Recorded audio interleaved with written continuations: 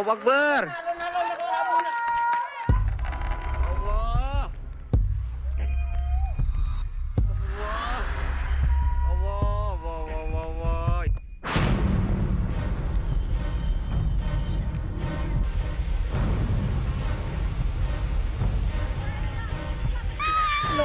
Kejadian mas gelap itu ya di sini tasian, nyampe Balai Desa itu katanya rumahnya sudah hanyut.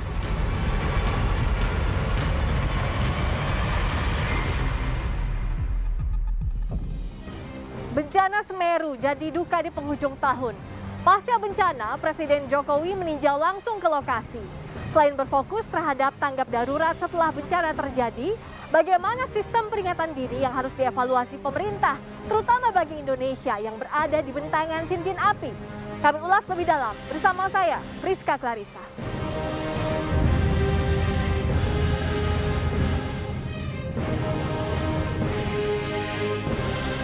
Tiga hari setelah guguran lava di Semeru, Presiden Jokowi dan jajaran memantau langsung penanganan bencana di Kabupaten Lumajang, Jawa Timur.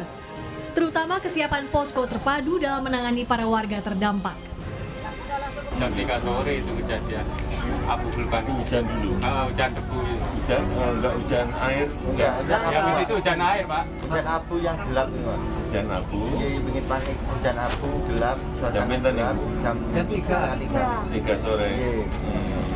Pasca bencana guguran awan panas Semeru Sabtu lalu, Presiden Joko Widodo langsung memerintahkan jajarannya bergerak cepat mengambil langkah-langkah tanggap darurat. Sehari setelahnya kami mendengar informasi rencana Presiden meninjau langsung lokasi. Kami pun langsung mengonfirmasi hal ini kepada Kepala Sekretariat Presiden Heru Budi Hartono pada hari Minggu sekitar pukul 5 sore. Ia membenarkan sedang mempersiapkan segala sesuatunya secepatnya dan akhirnya kami mendapat kepastian Presiden menuju ke Lumajang pada Selasa pagi. Ada sejumlah hal yang ditekankan Presiden Jokowi, antara lain penanganan kondisi warga, pembangunan infrastruktur, dan rencana relokasi. Kita berharap setelah nanti reda semuanya bisa dimulai, baik itu yang berupa perbaikan infrastruktur maupun kemungkinan relokasi dari tempat-tempat yang memang kita perkirakan berbahaya untuk dihuni kembali. Kementerian Pekerjaan Umum dan Perumahan Rakyat menerjunkan tim dan alat berat untuk tanggap darurat bencana Gunung Semeru di Lumajang, salah satunya menangani putusnya jembatan Besuk Koboan di ruas Jalan Nasional Turen Lumajang. Menteri Pekerjaan Umum dan Perumahan Rakyat Basuki Hadi Mulyono lewat siaran pers Kementerian PUPR menyebut, langkah penanganan dilakukan dengan mencari jalur-jalur alternatif untuk menghubungkan Lumajang Turen Malang yang putus akibat robohnya jembatan Besuk Koboan.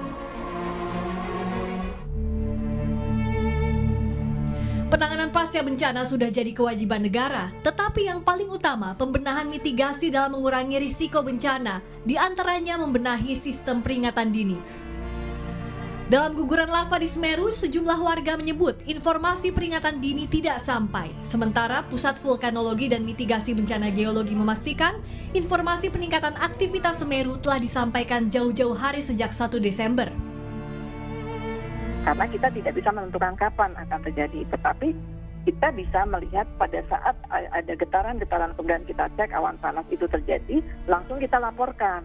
Ya. Nah, disitulah dilaporkan ke dalam grup WA grup itu.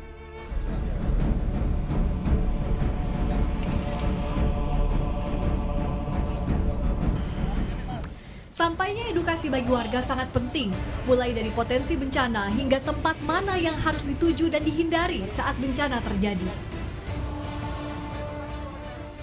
Yang paling sekarang harus diwaspadai dengan musim hujan ini adalah semua sungai yang berhulu di puncak Semeru.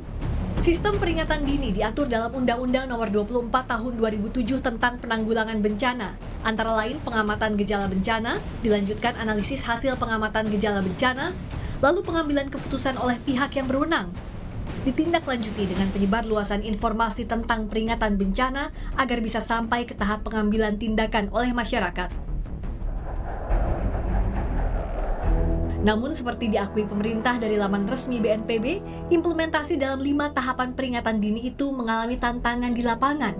Salah satunya diseminasi informasi dan komunikasi antara lembaga, instansi, dan masyarakat. Padahal Semeru bukan satu-satunya gunung yang meningkat aktivitasnya saat ini. Gunung Merapi berstatus siaga Selasa lalu dengan 42 kali gempa guguran. Banjir lahar dingin pun terjadi di Merapi. Memperbaiki integrasi berbagai lini termasuk dalam implementasi peringatan dini jadi kewajiban seluruh pemangku kepentingan. Karena Indonesia termasuk ke dalam kawasan wilayah cincin api Pasifik atau Ring of Fire dengan 450 rangkaian gunung berapi aktif dan tidak aktif, berbentuk seperti tapal kuda dengan wilayah sepanjang 40.000 km. Kepulauan Indonesia tepat berada di bagian barat cincin api Pasifik serta sering mengalami gempa bumi dan letusan gunung berapi. Kondisi rawan bencana menjadi keniscayaan bagi Indonesia yang terletak di wilayah cincin api Pasifik. Pembuat kebijakan punya tugas tak hanya saat dan setelah bencana terjadi, tetapi memperbaiki upaya mengurangi risiko bencana lewat mitigasi. Mulai dari pembangunan fisik hingga penyadaran dan peningkatan kemampuan menghadapi bencana bagi seluruh pemangku kepentingan. Juga memaksimalkan sistem peringatan dini sebelum bencana terjadi. Rizka Clarissa, Roy Ilman, Yanuar Ruslim, Kompas TV, Jakarta.